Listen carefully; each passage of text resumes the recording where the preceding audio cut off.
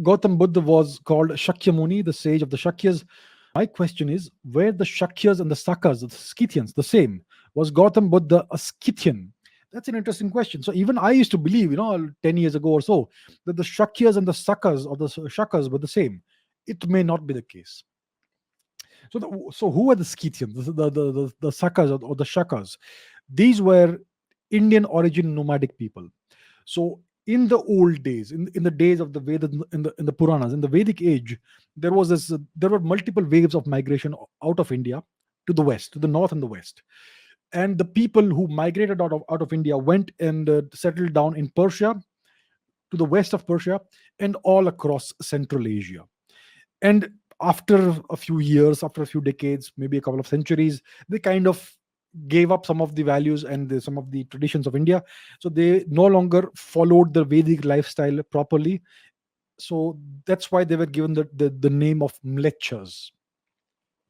But they were still Indian origin people. The entirety of Central Asia was Indian origin. You still find ruined stupas and ruined temples all across Central Asia, everywhere.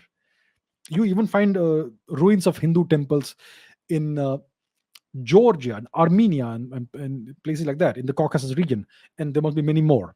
So the whole of Central Asia was was Indian, and you had these nomadic people who were of Indian origin.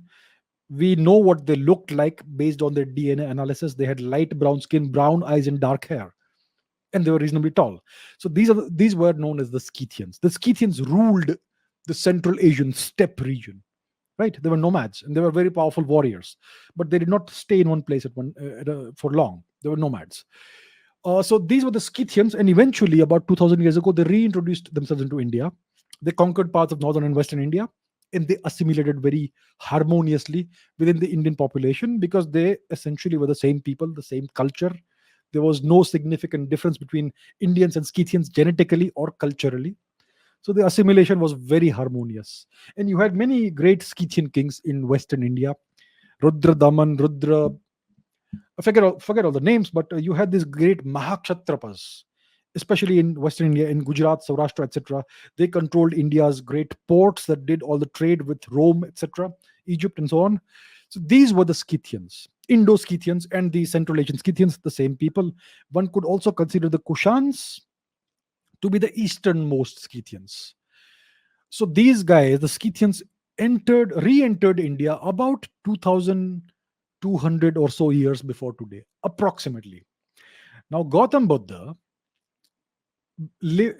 according to conventional historiography, according to the conventional chronology of India, of India's history, he lived about 200, 2,500 years before today, around 500 BC, thereabouts.